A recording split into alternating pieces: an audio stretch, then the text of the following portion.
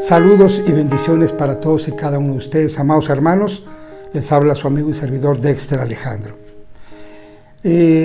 La Sagrada Escritura nos cuenta en el Evangelio según San Juan, en el capítulo 11, la historia de una familia completa que va a estar en una crisis muy fuerte, en un problema muy fuerte.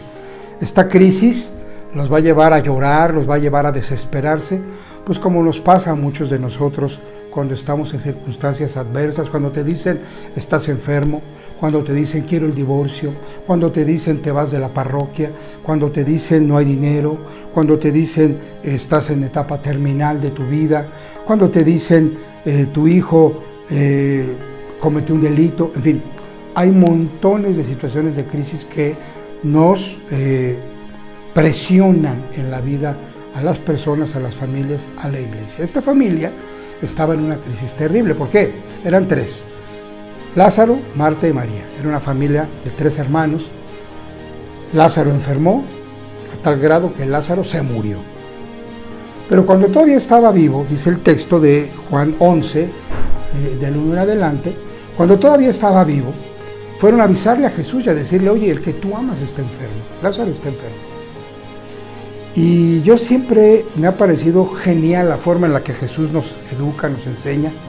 Dice el texto que Jesús se esperó todavía un tiempo más a que Lázaro muriera, a que se complicara la crisis más. Primera enseñanza de todo esto: si tú crees que el Señor ya te abandonó, no, Él está al pendiente, pero le gustan las emociones fuertes, le gusta llevarnos al extremo, porque nos quiere edificar en la fe. La fe y el camino del reino no es miel sobre hojuelas, no es nubes rosas y angelitos gorditos, no es así. El camino del reino es un camino de gente osada, valiente, que se enfrenta a este tipo de situaciones y otras tantas. La muerte está en el horizonte de la vida de los discípulos, Allí está la muerte y es parte de la crisis de la vida también, aunque hay esperanza en la resurrección. Pero bueno, el tema está allí.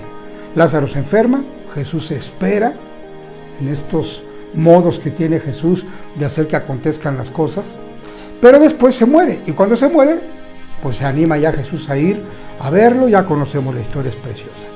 Pero el punto central que yo quiero resaltar es lo siguiente: cuando Él llega y ya está todo el drama, la crisis está con la flama hasta arriba, ya está casi fuera de control todo, porque Lázaro ya está en la tumba, ya tiene días muerto, para que quede bien muerto y no hubiera sospechas. Y entonces Jesús entra en un diálogo con estas hermanas y le dice a Marta precisamente que su hermano va a resucitar. Le cuenta el final de la película: tu hermano va a resucitar. Y entonces Marta contesta, versículo 24 del capítulo 11 de San Juan. Le respondió Marta: ya sé que resucitará en la resurrección, el último día. Jesús le respondió: yo soy la resurrección. El que cree en mí, aunque muera, vivirá. Y todo el que vive y cree en mí, no morirá jamás. ¿Crees esto? Repito, ¿crees esto? La base para poderte sostener en medio de una crisis es creerle a las palabras de Jesús. Mucha gente te va a aconsejar. Puedes leer libros de superación personal, libros de gente que te motiva, estos motivadores profesionales que hay ahora, tomar cursos de coaching o lo que quieras, etcétera, que son buenos hasta cierto momento, hasta cierta etapa de la vida, porque hay otros momentos en donde todo eso se vuelve obsoleto frente a la cruda realidad que estás viendo frente de ti. En esos momentos no hay otra cosa que hacer más que creerle, confiar y depender de Jesús. Repítelo: debo creerle, confiar y depender de Jesús. Por eso Jesús desafía a Marta y le dice: ¿crees esto? ¿Tú crees esto que te estoy diciendo? No basta que digas que andas conmigo, que eres mi amiga, que nos conocemos. Hay gente que cree que porque tiene, no sé, la medallita, la estampita, con todo respeto, con eso le alcanza para enfrentar la vida. No, ¿crees esto? ¿Crees esta palabra que te estoy dando? ¿Tú crees que yo te puedo sacar de ahí? ¿Tú crees que esta palabra tiene vida eterna? ¿Tú lo crees de verdad? ¿Le crees a Jesús?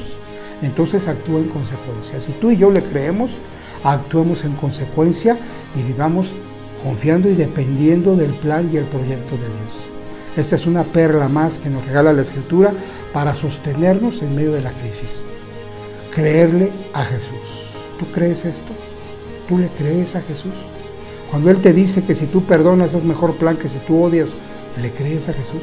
Cuando Él te dice que busques primero el reino de Dios y lo demás se te dará por añadidura, ¿tú le crees esas palabras a Jesús?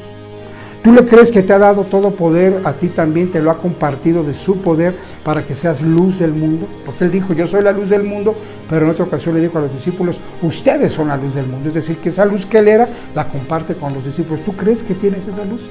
Pues bueno, caminemos en la esperanza, caminemos en la fe de que nosotros tenemos el poder de Dios, porque tenemos a Dios mismo en nuestro corazón.